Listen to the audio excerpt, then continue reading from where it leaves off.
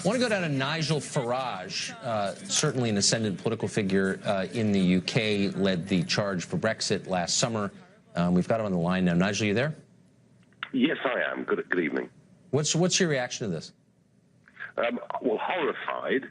I mean, this is a direct attack on children, which marks a new low, I think, in all forms of terrorism. I mean, we've seen, over the years, we've seen attacks on all sorts of different communities. In fact, the last nail bomb we saw in the United Kingdom was actually planted in a gay pub. So we've seen all sorts of horrendous things happen. But a direct attack on kids, it is absolutely awful. What do you think the ramifications of this are going to be? I mean, given that we don't know anything beyond what we've reported now, but it raised certain suggestions, and I wonder if it will change the nature of the debates that have been going on in the UK for a while. Well, I think to a very large extent, we've looked at the kinds of terrorism that have happened in Belgium and France, and they've been incidents, repeated incidents. I mean, 20 incidents in the last 3 years in France of Islamic terrorism. And I think we've kind of, I won't say got complacent, we've convinced ourselves that we're in a better place than the rest of Europe on this. Now, obviously, I'm not going to rush to judgment as to who the perpetrator is, but I think that any sense that the United Kingdom is safer than France or Belgium has rather disappeared this evening. It sure seems to have. Were you surprised that this took place in Manchester rather than London? Yeah, funny enough, I was actually in Manchester myself tonight. I mean, it is our second city. It is a big city. It is a thriving city. But yes, you know, we think of, when terrorism happens in this country, we think of the London tube bombings. We think of the guy who ran those people down on Westminster Bridge. The fact that it's happening outside of London, the fact that it's directed at kids, this is going to be a very big shock for the country when it wakes up tomorrow morning. There's an election coming up. Does this play a role?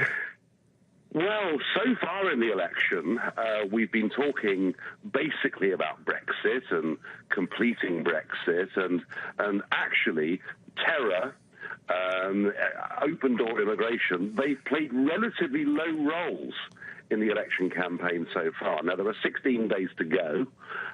If it were to turn out that this attack, let's say for argument's sake, had been taken place by somebody who'd been fighting with ISIS in Syria and had returned home, then it does clearly have the potential to change the way people think and to change the whole debate. We've just not been talking about security in this election at all so far. From tomorrow morning, we will be. Why is that, do you think? I think that Brexit on its own is such a massive defining issue in British politics. I mean, it's the biggest thing constitutionally that's happened in this country for over 300 years. And that has completely dominated the debate. Plus, as I say, we've really rather thought that these nasty things happen in France, happen in Belgium, happen in places that haven't got as good a security services as us. We have been, I think, lulled into a slight sense of complacency. Do you think a fear of terror played any role in Brexit passing in the first place? I think it did. And in fact, I very much used what Mrs. Merkel had done when she'd said, you know, as many of you as want to come can come. And of course, there wasn't a single security check on anybody. So yes, it did play a factor in Brexit, but not as big a factor as the democratic concept of getting back control of our country. That was the primary reason for Brexit. We wanted to make our own laws, not have them made somewhere else. But certainly, you know, terrorism, open-door migration, and still, I mean, to this very day, there are tens of thousands of people a month crossing the Mediterranean and getting into Europe. Jeremy Corbyn represents at least one half of the British electorate, or a poll, a position on the political spectrum there. What's his party's position on terror more broadly? Well, I mean, he takes the view that we're all world citizens. He's totally relaxed, really, about people moving freely across the world. And he has, over the years, allied himself quite closely with Hamas, Hezbollah, and even the leaders of the IRA. I think on terrorism, he's very, very weak. And if this was to have a really big impact on any of the leading protagonists in this election campaign, I suspect that it's him that would be seen to be soft on this issue. Is there less security in Manchester than there is in London? Well, London clearly has more security than Manchester, but I mean, this was a rock concert. There were 21,000 people there, mostly kids, although there were some parents in attendance. You know, they would have had normal security procedures, but it looks like this device didn't go off inside the concert hall itself. It actually went off in the foyer outside, where I guess the public would have had access.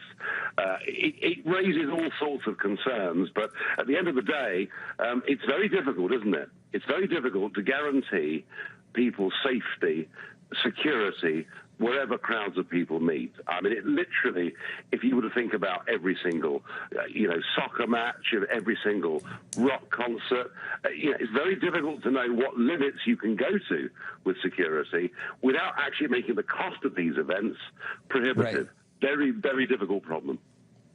All right, and my last question to you, these things are impossible, Nigel, to anticipate, obviously, but was there any sense at all that the terror threat in and around Manchester was higher recently? Did you get that sense?